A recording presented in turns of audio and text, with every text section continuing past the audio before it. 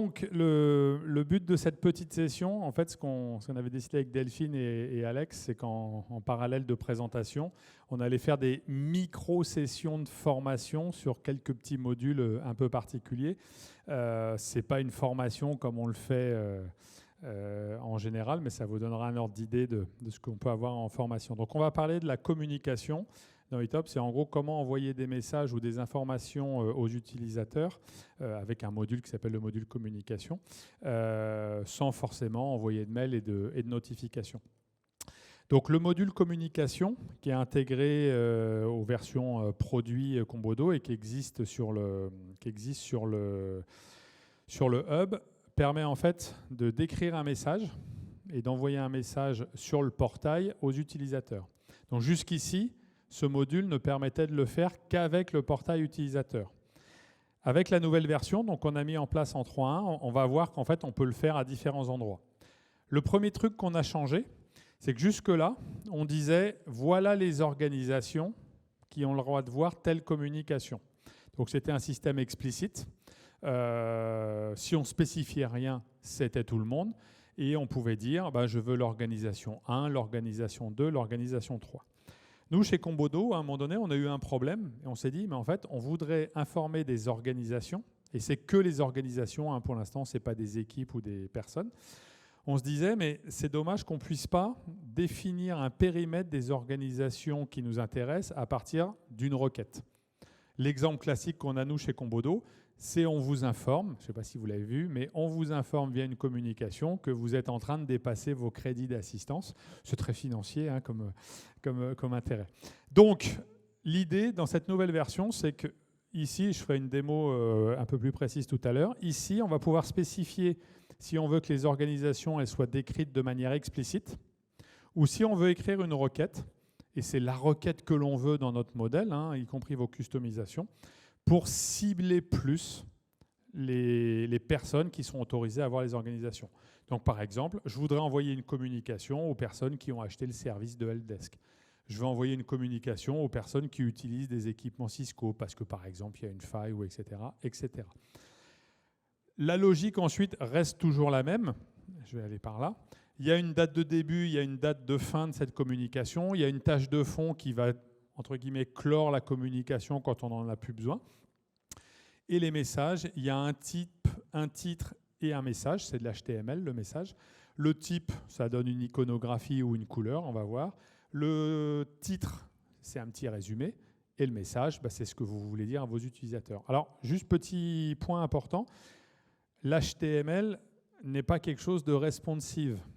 Okay, donc quand vous êtes sur le portail et que vous faites une communication avec des images grandes comme ça, du texte, etc., ce qui est faisable, attention, sur le téléphone, parfois ça peut faire Shrek et on ne voit pas tout. Voilà, donc ça c'est le premier point. Donc premier changement, le fait de pouvoir être beaucoup plus précis et surtout de pouvoir définir vos organisations de manière paramétrée par un OQL. Ensuite, deuxième évolution qu'on a fait, OK, j'aimerais bien prévisualiser les organisations qui vont être ciblées. C'est-à-dire, c'est bien d'écrire un OQL, mais ça va être qui? Alors, c'est à géométrie variable, mais vous avez un petit onglet ici, résultant organisation, qui va vous montrer les informations. Ça vous permet d'ajuster votre communication. Et ensuite, dernier point, on va vérifier la cohérence de votre configuration. On essaye de mettre ça de plus en plus dans eTop. Je ne sais pas s'il y en a qui étaient déjà là en 2.4 ou 2.5 d'eTop, mais on se tendait des pièges à nous-mêmes, on faisait des trucs super compliqués, mais il y avait des cas aux limites. Là, on va par exemple être capable de dire « Attention, il n'y a aucune organisation sélectionnée, donc ça va être visible de tout le monde ». En gros, il y a des petits messages qui vont permettre d'aider la personne qui configure sa communication à ne pas faire trop d'erreurs. Donc il y a tout un tas de contrôles de suivi qui va être intéressant.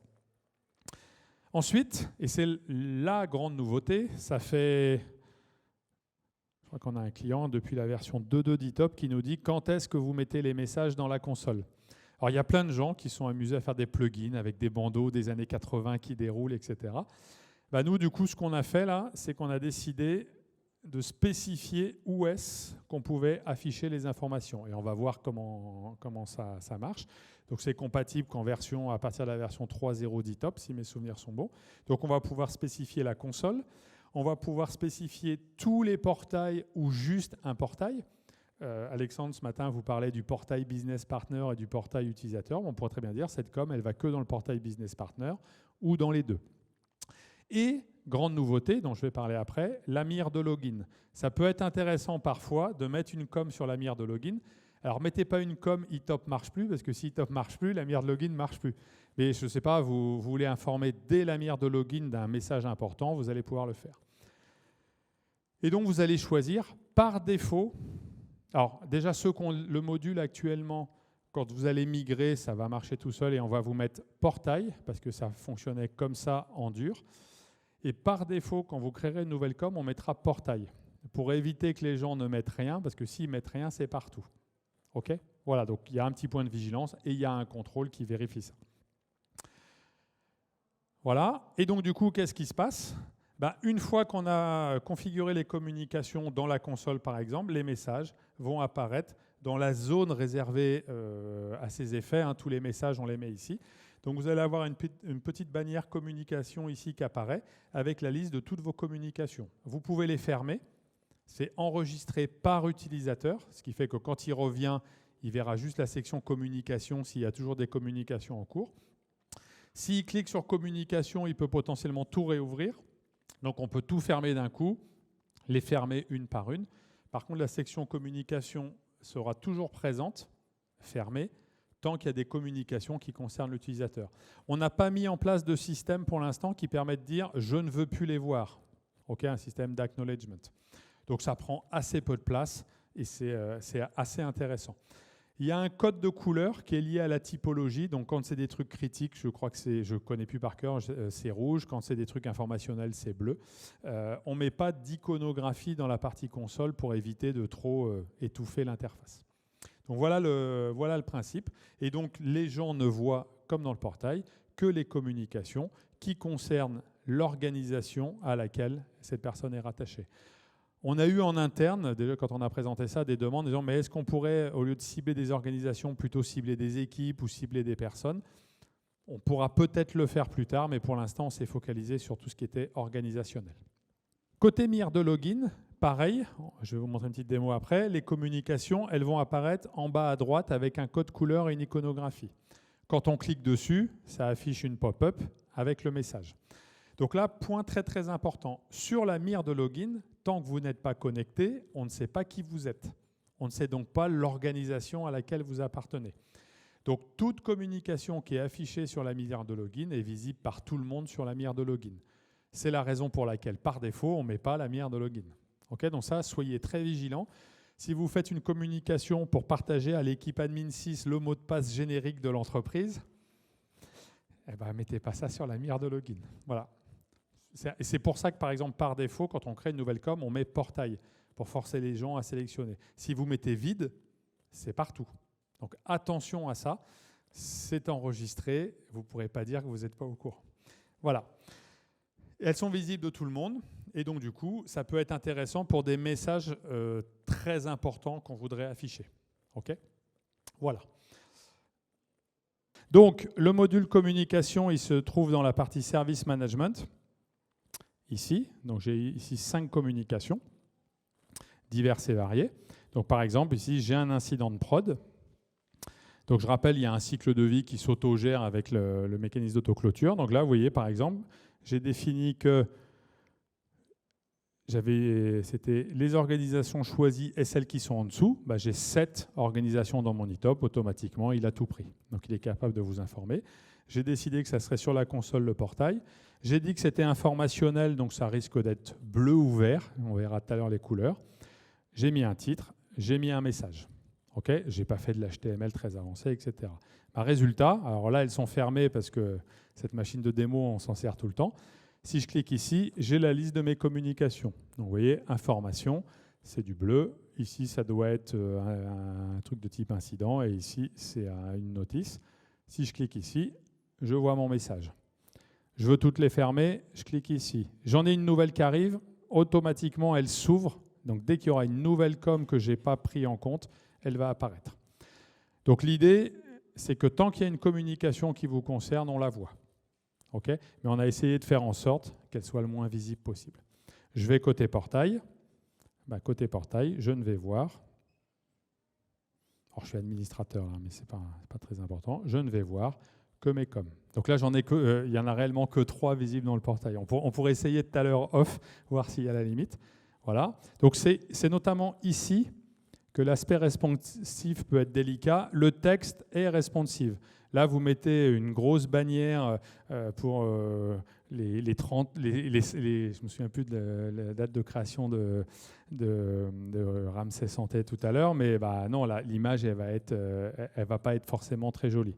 Okay, donc attention à ce petit bémol-là. C'est pour ça que la plupart des gens, ils utilisent quand même du texte formaté. Lui, il va se wrapper, mais les images, je rappelle, les images ne sont pas responsives. OK ? Donc voilà le principe. Et donc côté console, si je me déconnecte, hop, je vais me déconnecter de l'application, comme ça on fera une transition avec les consoles.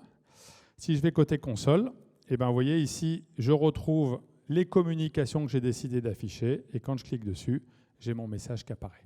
Alors côté console, par contre, on ne peut pas acknowledger le message tant que vous avez un message côté console. On ne sait pas qui vous êtes en fait. Donc ce message perdure tout le temps. Donc côté console, c'est un cas d'usage que certains clients nous avaient remonté. C'est vraiment pour afficher au premier regard des trucs graves. Exemple, vous pouvez vous connecter à eTop, mais ça ne marche pas bien. N'essayez pas de vous connecter parce que dès que vous allez vous connecter, il y a Thomas qui a fait un problème de configuration et il a tout cassé. Ça n'arrive jamais. OK ? Donc, paramétrage de la mire de login. Donc, il y a eu, en fait, depuis la version 3.0 d'eTop, il y a une API dans la structure d'eTop qui permet de customiser on va dire le style de la console et de la mire de login. Le problème, c'est qu'il fallait être développeur, faire un plugin, faire du CSS, etc. pour configurer la mire de login. Donc il y a énormément de gens dans la salle ici qui savent faire ça, bien évidemment. Et donc du coup, c'était un peu lourd et fastidieux. Ce qu'on a fait, c'est qu'on a fait plusieurs petits modules. On a expérimenté plusieurs petits modules qui ne sont pour l'instant que dans les versions pro pour faire, grosso modo, 4 choses. 1, mettre une image de fond dans la mire de login. L'image de l'entreprise, un peu le style de l'entreprise, etc. Et vous allez voir qu'on peut mettre soit une image, soit une URL. L'idée après, c'est la mire de login, quand on met une image, un gros carré blanc mastoc, c'est un peu dommage. Donc en fait, notre collègue qui a développé ça, il a permis en fait de faire en sorte qu'il y ait un flou dans la mire de login pour qu'on voit le derrière de l'image, etc. C'est très cosmétique, ces configurations-là. Et puis, on nous a demandé de plus en plus de dire mais est-ce qu'on pourrait dans la mire de login afficher les heures d'ouverture du centre de support, mettre un message de bienvenue en disant bienvenue dans eTop les amis, voire mettre du contenu. Par exemple, nous on imagine chez Combodo de dire quand vous vous connectez sur support.combodo.com, vous pourriez avoir la vidéo de la semaine, vous cliquez dessus, vous allez voir la vidéo. Voilà, donc mettre de l'information personnalisée. Pour l'instant, elle n'est que statique. Donc elle n'est pas dynamique au sens je vais récupérer le taux de résolution des incidents, mais on pourrait imaginer des évolutions autour de ça. Mais c'est le point super important où en général on va mettre le numéro de téléphone du support, les heures d'ouverture, etc. Et c'est un paramétrage dans la conf. Et ce paramétrage peut être de l'HTML relativement avancé. Je vais vous montrer un exemple après. Et enfin, du coup, quand on a mis ça en place, il y a pas mal de gens qui nous ont dit « Ah, mais c'est dommage qu'il y ait le logo en dessous, au-dessus, la mire de login en dessous. » Donc, vous pouvez choisir. Je le mets au-dessus, je le mets en dessous. Voilà. En fait, c'est la consolidation de 4 petits modules qu'on a intégrés complètement dans le produit. Par défaut, quand on met ça en place, c'est désactivé. Notamment parce que comme on a des clients qui ont fait des plugins un peu avancés pour customiser leur mire de login, on n'a pas envie d'aller casser ce qu'ils ont fait avec ce truc-là par défaut. Okay ? On l'active en fonction du besoin, je vais vous montrer, et ça se met à marcher. Et la configuration, et ça c'est un point qui est important, elle peut être soit locale, c'est-à-dire que vous allez dans le fichier de conf d'eTop, alors qui n'est pas encore très ergonomique, c'est un fichier PHP classique, et vous mettez votre conf, ce qui permet d'avoir une conf différente entre les environnements de prod, de pré-prod ou de dev, ou vous la mettez dans le designer. Donc on peut piloter les paramètres de conf d'un module à partir de variables dans le designer, et du coup, vous avez la même conf partout. Voilà, les deux sont paramétrables. Les consultants Combodo ou nos partenaires savent faire ça relativement facilement. La plupart des gens vont plutôt utiliser de la conf. Donc ça donne quoi ? Ça donne des choses comme ça. Voilà, si vous aimez la plage, vous allez pouvoir mettre une belle image de plage. Vous voyez que j'en ai mis sur la droite un message personnalisé. On peut intégrer des boutons. Okay. Donc typiquement, il y avait la question ce matin, alors c'est pas comme ça qu'on ferait si on voulait faire du provisioning automatique d'utilisateurs, mais on pourrait très bien y mettre ici, vous n'avez pas de login, cliquez ici, et vous avez un formulaire externe à iTop où vous créez le login, etc. L'intérêt, c'est qu'on puisse vraiment mettre de l'information dès la mire de login facilement. Vous voyez là, le logo, je ne l'ai pas intégré dans iTop. Et donc le point qui est intéressant, c'est que les images qui sont derrière, ça peut être soit un appel HTTP à un site d'image, c'est ce que j'ai mis dans la machine de démo. Je ne sais pas si vous avez joué avec l'appli web là, pour donner votre avis. À chaque fois que vous vous connectez, il y a une image différente. C'est Shutterstock qui fait ça, il vous donne des images. Il vous donne des images responsives. Rappelez-vous, une image n'est pas responsive, donc ça peut être problématique. Donc comment ça se configure ? C'est relativement simple. Le côté glacis de la mire de login, on va voir après, on l'active, on ne l'active pas. Et comme dans iTop, on a le thème Dark et le thème Light, vous pouvez choisir Dark ou Light. Donc en gros, une transparence sombre ou une transparence claire. L'image de fond, on l'active ou on ne l'active pas. On peut juste mettre une couleur de fond. Okay, il y en a qui ne veulent pas mettre d'image. Imaginons, on va mettre la couleur de Capio, pas de souci. Et on peut mettre une image, ça peut être soit une référence à une image que vous avez mis en local sur votre iTop, soit une URL vers un générateur d'images ou une image statique. C'est très basique. Après, avec les PI de customisation, on peut faire des trucs beaucoup plus avancés. Mais en général, c'est les demandes que l'on a. Troisième paramètre, c'est est-ce que je mets le logo à l'intérieur de ma mire de login ou à l'extérieur ? C'est juste de la cosmétique, mais ça peut être pratique. Et dernière solution, et c'est là que ça devient drôle, dans la partie message custom, on peut mettre du texte dans l'HTML. On n'est pas obligé de connaître parfaitement l'HTML. Mais là, vous pouvez mettre de l'HTML plus ou moins compliqué en fonction de ce que vous voulez faire. Typiquement, si vous voulez intégrer une vidéo avec un body frame pour Google, vous pouvez le faire. Okay, alors, je n'ai pas de démo là, mais on aurait pu imaginer de dire, imaginons qu'il y a un petit tutoriel qui explique comment on se connecte. Et vous pourriez le mettre dans cet environnement-là. Voilà le principe. Donc, ça reste relativement simple. Mais ça permet de faire plein de choses. Donc vous voyez là j'ai une console, on va dire avec un message. Là j'ai une console, excusez-moi, je vais passer ici. J'ai une console où je peux accéder à ma librairie de vidéos et donc par exemple je veux m'inscrire en tant que nouvel utilisateur. Si j'ai un formulaire qui permet de tout faire, on pourrait imaginer ça. Okay, sans doute qu'un jour le formulaire on le proposera nous-mêmes, mais pour l'instant il n'existe pas. Voilà. Je rappelle, je ne sais pas si David, chez Itomic, vous avez fait des customisations de mire de login pour vos clients. Non ?